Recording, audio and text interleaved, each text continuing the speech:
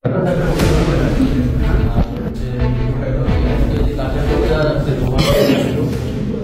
এই ফ্যানটা প্রচুর আওয়াজ হতো, মাথা এ হয়ে কিন্তু বাইরে এখান থেকে খাবার টাবার দিতে আমাকে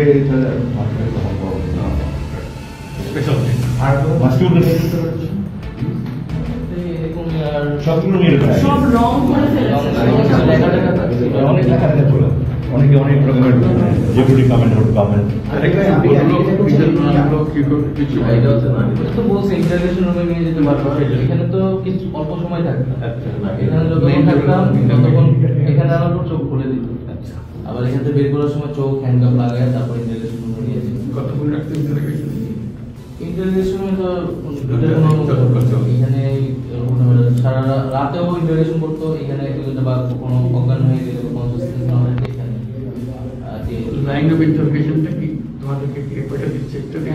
কে আন্দোলন কেন করতেছি, আন্দোলন কেন বন্ধ করতেছি না, পলিটিক্যাল তার সাথে যোগাযোগ আছে, হুমকিটা